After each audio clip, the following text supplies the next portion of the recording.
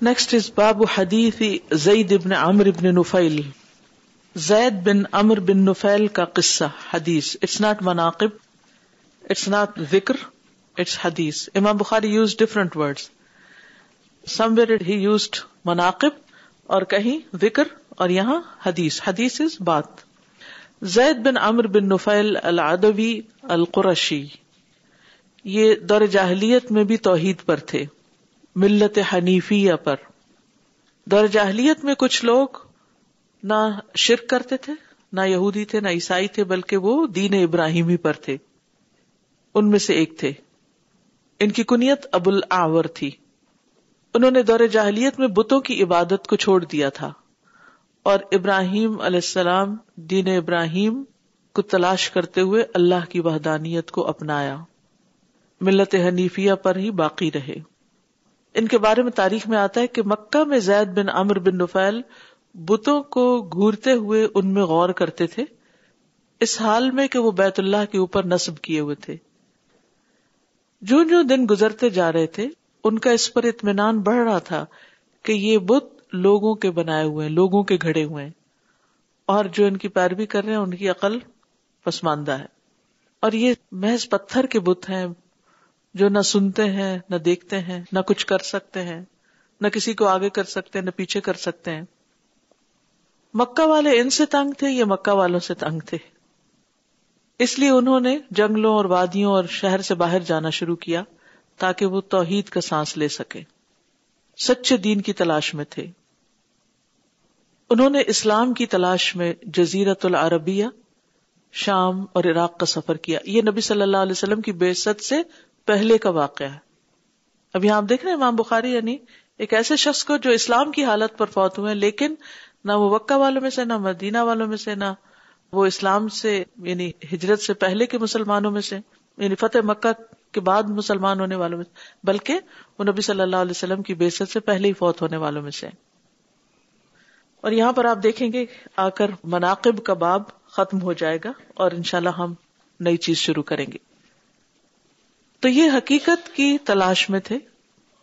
شام، عراق کا سفر کیا، یہودیوں اور عیسائیوں کے علماء سے ملے، ان کے گرجوں اور راہبوں کے عبادت خانوں میں دین تلاش کرتے رہے، پوچھتے رہے، پوچھنے سے تھکتے نہیں تھے. کبھی ایک سے پوچھتے، کبھی دوسرے سے پوچھتے. تو انہوں نے مختلف لوگوں سے پوچھنے کے بعد بالآخر دین حنیفیہ یعنی دین ابراہیمی کو اختیار کیا. ایک حدیث میں آتا ہے کہ زید بن عمر بن نفیل اور ورقہ بن نوفل دونوں دین کو تلاش کرتے ہوئے نکلے، یہاں تک کہ ایک راہب کے پاس موصل نامی شہر میں پہنچے. اس نے زید بن عمر کو کہا کہ اے اونٹ والے، تم کہاں سے آئے ہو؟ انہوں نے کہا ابراہیم علیہ السلام کے گھر سے یعنی مکہ سے آیا ہوں.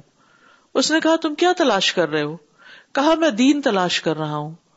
اس نے کہا جاؤ، واپس لوٹ جاؤ، ہو سکتا ہے جس کو تم تلاش کرتے ہو وہ تمہاری زمین میں ظاہر ہو جائے. یعنی آخری نبی کا وقت آنے والا ہے، کیونکہ سب انتظار میں تو تھے.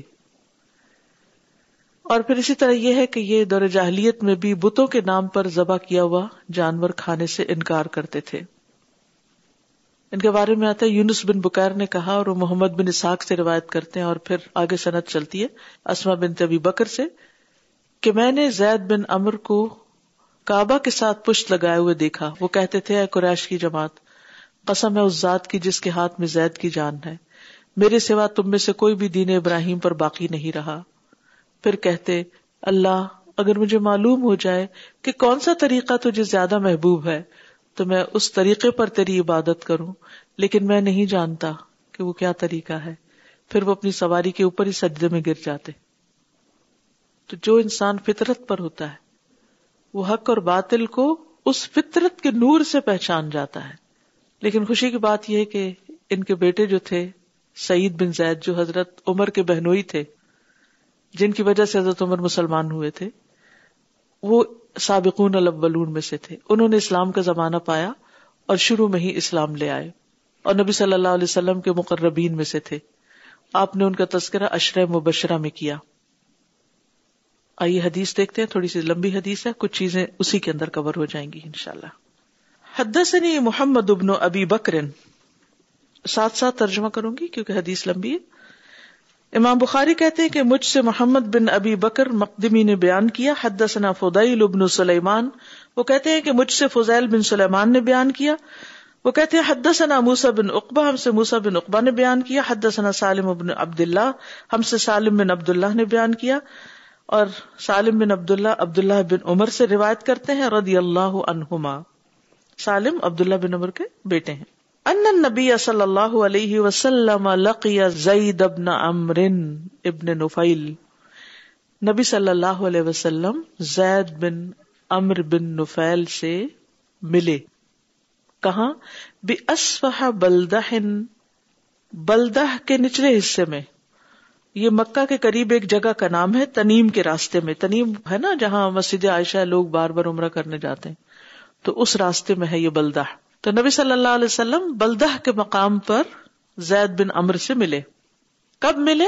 قبل ان ينزل علی النبی صلی اللہ علیہ وسلم الوحی، اس سے پہلے کہ نبی صلی اللہ علیہ وسلم پر وحی نازل ہوئی، یعنی نبوت سے پہلے کی بات ہے۔ فقدمت الی النبی صلی اللہ علیہ وسلم سفرۃ، تو نبی صلی اللہ علیہ وسلم کے سامنے دسترخوان چنا گیا۔ سفرہ کس کو کہتے ہیں؟ بچھانے والی چیز جو نہیں جس پہ کھانا رکھا جاتا ہے۔ فابا ان یاکل منھا، تو زید نے کھانے سے انکار کر دیا۔ اس کا یہ مطلب نہیں کہ نبی صلی اللہ علیہ وسلم نے کھا لیا، نہیں، یہاں چونکہ بات زید کی ہو رہی ہے اس لیے زید ہی کا ذکر ہے کہ زید نے وہ نہیں کھایا۔ ثم قال زید، پھر زید نے کہا انی لست آکل مما تذبحون علی انصابکم، انی بے شک میں، لست نہیں ہوں میں، آکلو کھانے والا، مما اس میں سے جو تذبحون تم ذبح کرتے ہو، علی انصابکم اپنے استھانوں پر، ولا آکل الا ما ذکر اسم اللہ علیہ، اور نہیں میں کھاتا مگر وہی جس پہ اللہ کا نام لیا گیا ہو۔ ابھی اسلام نہیں شروع ہوا۔ وَإِنَّ زَيْدَ بْنَ عَمْرٍ كَانَ يَعِيبُ عَلَى قُرَيْشٍ ذَبَائِحَهُمْ، اور زید بن عمر جو تھے وہ قریش پر عیب لگاتے تھے ان کے ذبیحوں کے بارے میں، کہ جو بتوں کے نام پہ وہ ذبح کرتے تھے، وہ ان کو آبجیکٹ کرتے، کریٹیسائز کرتے۔ وَيَقُولُ، اور کہتے، الشَّاةُ خَلَقَهَا اللَّهُ، بکری کو اللہ نے پیدا کیا، وَأَنزَلَ لَهَا مِنَ السَّمَاءِ الْمَاءَ، اور اس کے لیے آسمان سے پانی اتارا، وَأَنبَتَ لَهَا مِنَ الْأَرْضِ، اور اس کے لیے زمین سے چارہ نکالا، ثُمَّ تَذْبَحُونَهَا عَلَى غَيْرِ اسْمِ اللَّهِ، پھر تم اللہ کے علاوہ کسی اور کے نام پر اس کو ذبح کرتے ہو۔ یعنی بکری اللہ نے بنائی، کھلایا پلایا اس کو اللہ نے، اور جب ذبح کرنے کی باری آئے تو کسی اور کا نام تم لیتے ہو۔ کتنی سمپل لاجک ہے نا، عقل کی بات ہے نا، سمجھنے والا سمجھ جاتا ہے۔ انکارا لذالک، ان کے اس کام پر انکار کرتے ہوئے، اعظام اللہ، اور اس کو کبیرہ گناہ سمجھتے ہوئے، بڑی بات سمجھتے ہوئے۔ قال موسیٰ، موسیٰ کہتے ہیں حدثنی سالم بن عبداللہ، مجھ سے سالم بن عبداللہ نے بیان کیا، ولا اعلمہ الا تحدث به عن ابن عمر، اور میں نہیں سمجھتا کہ انہوں نے خود سے بیان کیا بلکہ انہوں نے یہ ابن عمر سے ہی روایت کیا ہے۔ کیا ابن عمر نے کہا ان زید بن عمرو بن نفیل خرج الی الشام، یہ ایک اور روایت ہے آپ کی، زید بن عمر جو تھے وہ شام کی طرف گئے، یسأل عن الدین، وہ دین کے بارے میں لوگوں سے پوچھتے تھے، ویتبعہ، اور اس کی تلاش میں تھے، یعنی حق کی تلاش میں مارے مارے پھر رہے تھے، تو ایک دفعہ شام کے علاقے میں گئے، فلقی عالما من الیہود، تو یہود کے ایک عالم سے ملے، فسألہ عن دینہم، تو اس سے ان کے دین کے بارے میں معلومات حاصل کی، پوچھا، سوال کیا۔ فقال، تو ان سے زید نے کہا انی لعلی ان ادین دینکم، شاید کہ میں تمہارا دین اختیار کر لوں، مجھے بتاؤ۔ فاخبرنی، تو خبر دو مجھے۔ فقال، تو کہا لا تکونوا علی دیننا، تم ہمارے دین پر نہیں ہو سکتے، حتی تأخذ بنصیبک من غضب اللہ، یہاں تک کہ تم اللہ کے غضب کا ایک حصہ نہ لو، کیونکہ قرآن مجید میں یہود پر جو اللہ کا غضب نازل ہوا اس کا ذکر آتا ہے، تو یہ یہود کو خود بھی پتا تھا، کہنے لگے کہ اگر تم ہمارے دین میں شامل ہوگے تو تم اللہ کے غضب کے بھی حصے دار ہوگے۔ قال زید کہنے لگے ما افر الا من غضب اللہ، میں تو اللہ کے غضب سے ہی بھاگ کر آیا ہوں، اللہ کے غضب سے بچنا چاہتا ہوں، تو تمہارا دین اختیار کر کے اللہ کے غضب میں چلا جاؤ۔ ولا احمل من غضب اللہ شیئا ابدا، میں کبھی بھی اللہ کے غضب میں سے کچھ نہیں اٹھاؤں گا اپنے اوپر، یعنی میں اللہ کا غصہ برداشت نہیں کر سکتا.